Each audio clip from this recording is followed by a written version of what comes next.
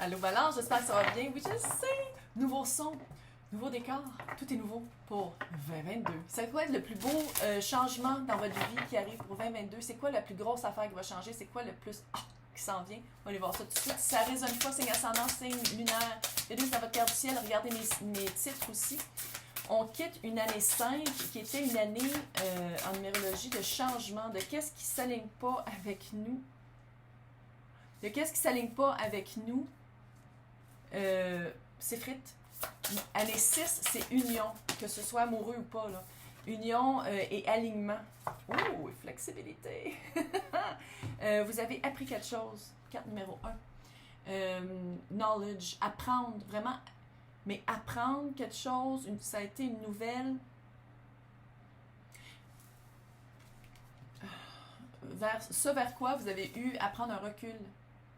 Puis apprendre une nouvelle, ça peut être aussi de dire comme ok, c'est vraiment pas l'emploi dans lequel je devrais évoluer, c'est pas dans le couple dans lequel je devrais évoluer, je devrais peut-être déménager aussi. Il y a quelque chose par rapport à vraiment prendre un recul, prendre le temps pour soi. Qu'est-ce que j'aime, c'est la flexibilité ici avec le Willow, un saule. Tu sais, un saule, ça vente, ça se plie, ça touche à terre. Fait que j'ai vraiment l'impression que vous allez découvrir, si c'est pas déjà fait, votre propre flexibilité. Votre propre flexibilité à dire... Flexibilité, il faut parler aussi de limites. C'est pas juste dire que vous êtes capable de faire le pont, là. Mais c'est de dire aussi, oui, je suis flexible, mais à un certain point. Je vais pas me rendre jusqu'à me briser le dos pour toi, là. Il y a quelque chose par rapport aux limites, puis c'est ça que j'aime, parce que j'ai l'impression que qu'est-ce que vous avez appris, vous avez fait un recul, puis là, maintenant, vous faites comme, OK, c'est ça mes limites. Je vais pas aller jusque-là. Non. Non. On va voir c'est quoi le changement pour vous. C'est le Good Tarot de Colette Baron Reid. Fait qu'il n'y a pas de à l'envers ici. Vous avez le page de coupe. Peut-être un pardon. Ouh, l'ermite avec le retreat. Duh! C'est comme littéralement la même carte.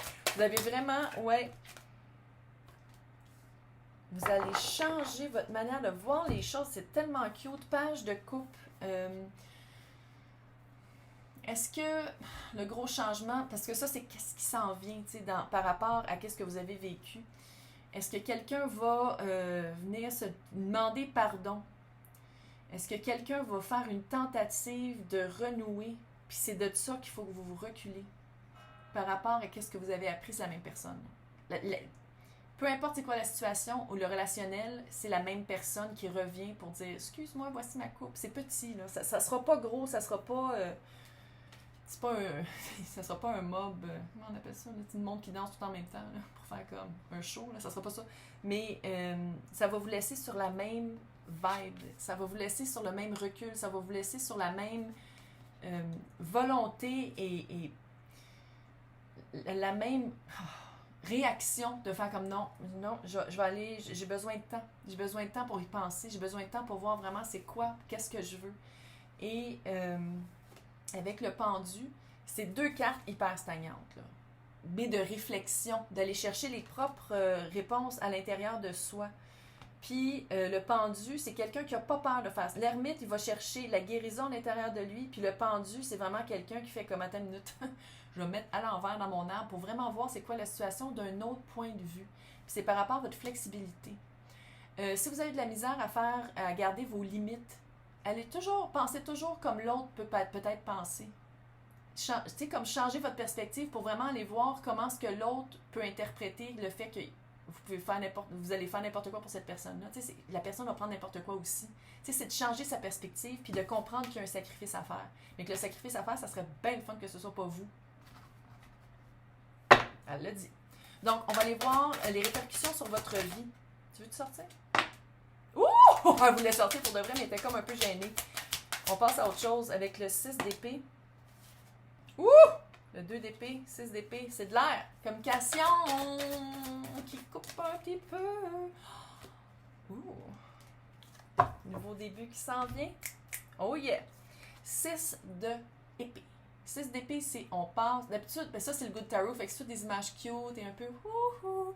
Mais d'habitude, c'est une madame qui protège son enfant dans un bateau, puis il y a un rameur, il y a quelqu'un qui c'est comme à Venise avec la pôle, là, qui quitte des eaux troubles pour aller vers vraiment une eau plus calme.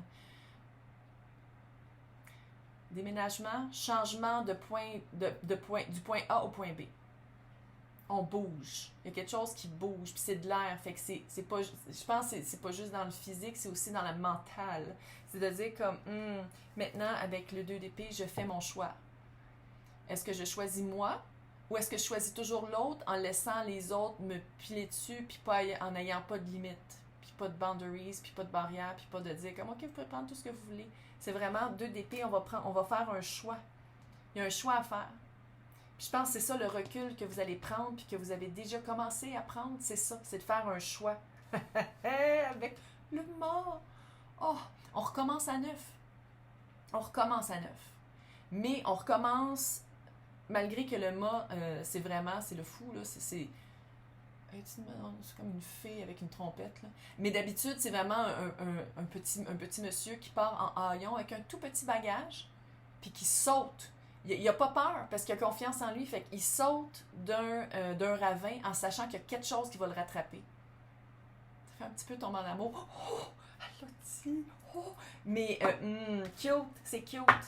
Vous quittez vraiment quelque chose. Je peux-tu te dire que c'est un peu drôle que ça l'arrive à la même place? C'est comme une madame sur un bateau qui vole, puis ça aussi c'est un bateau qui vole. Qu'est-ce que vous avez appris, ça vous a amené ailleurs. Qu'est-ce que vous avez appris? Ça a comme commencé le processus du je quitte cet endroit, cette personne, cette situation pour passer à autre chose. Fait que c'est comme si, en 2021, vous avez commencé peut-être à faire des boîtes, mentales ou pas, puis en 2022, ben, on appelle le camion de déménagement, puis on fait quelque chose. On va aller voir c'est quoi le conseil de la sorcière. Il y en a comme 4. 4 conseils. Oh! Self-care. Ne pas vous oublier dans l'équation jamais et de comprendre que vous ne pouvez pas donner d'une coupe vide. Faites attention, c'est pas un gros warning, là, mais prenez du recul pour vous reposer aussi. La tête, pas toujours penser à cette situation-là. Dans la gratitude je pense que vous en êtes rendu compte avant qu'il soit trop tard. Je ne sais pas s'il y a des enfants impliqués ou quoi, mais s'il n'y en a pas, thank God que j'ai pas fait d'enfant avec cette personne-là parce que je serais pognée avec pour le restant de ma vie. Il y a comme ça, il y a comme une espèce d'aspect de gratitude. Turning inward, allez voir à l'intérieur, l'ermite et le pendu le confirment. Allez voir à l'intérieur pour aller voir c'est quoi les vrais, votre propre vérité. Et n'oubliez pas de mettre des belles limites. Des limites.